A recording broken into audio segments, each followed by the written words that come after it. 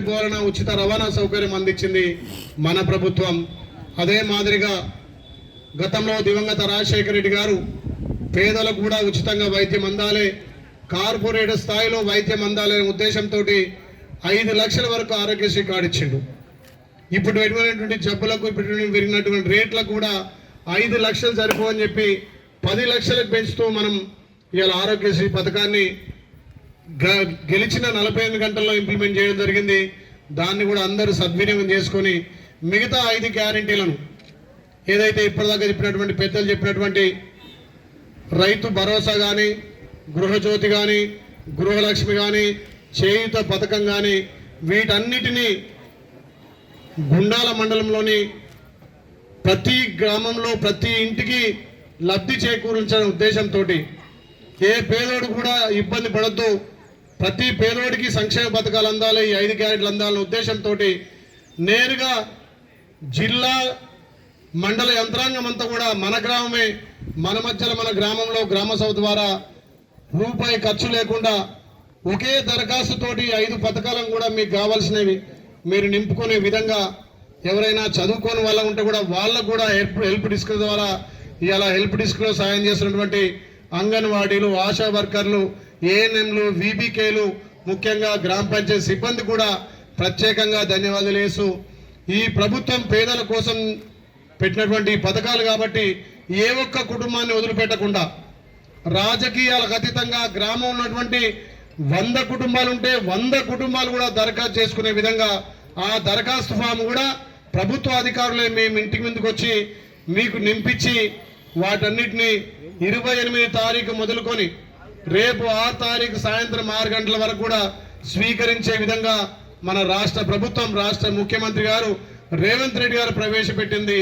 ప్రతి ఒక్కరూ సద్వినియోగం చేసుకోవాలని చెప్పి తెలియజేస్తూ ఒక పండుగ వాతావరణం నిజంగా గ్రామాలలో చూస్తే ఇప్పటిదాకా అందరూ చెప్పారు, మా చెల్లె ఎంపీ గారు చెప్పారు ప్రతిదానికి రేషన్ కార్డే ముడిపడి ఉంటుందని. నిజానికి రేషన్ కార్డు తోటే అన్ని సమస్యల పరిష్కారం. ఇలా ఆరోగ్యశ్రీ కార్డుకు రేషన్ కార్డు తల్లిదండ్రులకు ఉంటే వాళ్ళ ఆధారంగా ఎంఆర్ ఆఫీస్ పోతే వాళ్ళ ఫ్యామిలీలో రేషన్ కార్డు లేకున్నా రాసిస్తే ఆరోగ్యశ్రీ కార్డు పనిచేస్తుంది. కానీ మిగతా వాటికి కూడా ఇలా రేషన్ కార్డు అనేది ప్రమాణికం కాబట్టి ఖచ్చితంగా ప్రతి ఒక్క కుటుంబానికి రేషన్ కార్డు అందియాలనే ఉద్దేశంతో పెట్టినటువంటి స్కీము ఒక రేషన్ కార్డే కాదు, ఇందిరమ్మ ఇండ్లు, గృహజ్యోతి పథకం, గృహలక్ష్మి పథకం, పెన్షన్దారులు చేయూత పథకం, పెన్షన్ వచ్చే వాళ్ళు మళ్ళీ పెన్షన్కి అప్లై చేయాల్సిన అవసరం లేదు.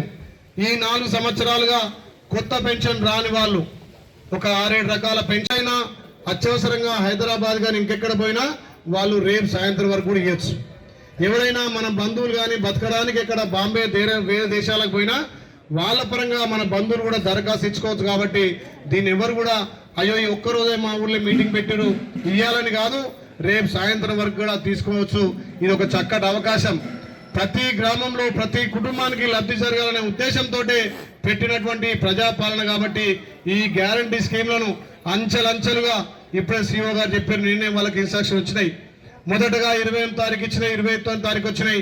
అన్ని కూడా కంప్యూటరీకరణ చేసి ఎంతమంది ఏ దానికి లబ్ధిదారులు అవుతారో ఇలా వచ్చే 17 తారీఖు వరకు అన్ని కంప్లీట్ చేసి మన రాష్ట్ర ప్రభుత్వం విడతల వారీగా ఎవరికి ఏ రకంగా లబ్ధి జరగాలనో చేకూర్చడానికి ఇది మీ చేత ఎన్నుకోబడ్డ ప్రభుత్వం, మన ప్రభుత్వం, మన ప్రజాపాలనతోటి ప్రతి ఒక్కరు లబ్ధి జరగాలనే ఒక మంచి ఉద్దేశంతో పెట్టారు. కాబట్టి దీన్ని అందరూ సద్వినియోగం చేసుకొని అందరూ కూడా లబ్ధి పొందే విధంగా ముందుకు పోవాలని చెప్పి ఇందులో పార్టీలకు అతీతంగా ఈ పార్టీ ఆ పార్టీ కాదు, అందరికీ అట్టడుగు వర్గాల ప్రజలందరూ కూడా లబ్ధి జరగాలనే ఉద్దేశంతో పెట్టినటువంటి ఈ ప్రజాపాలనను అందరూ సద్వినియోగం చేసుకుందాం.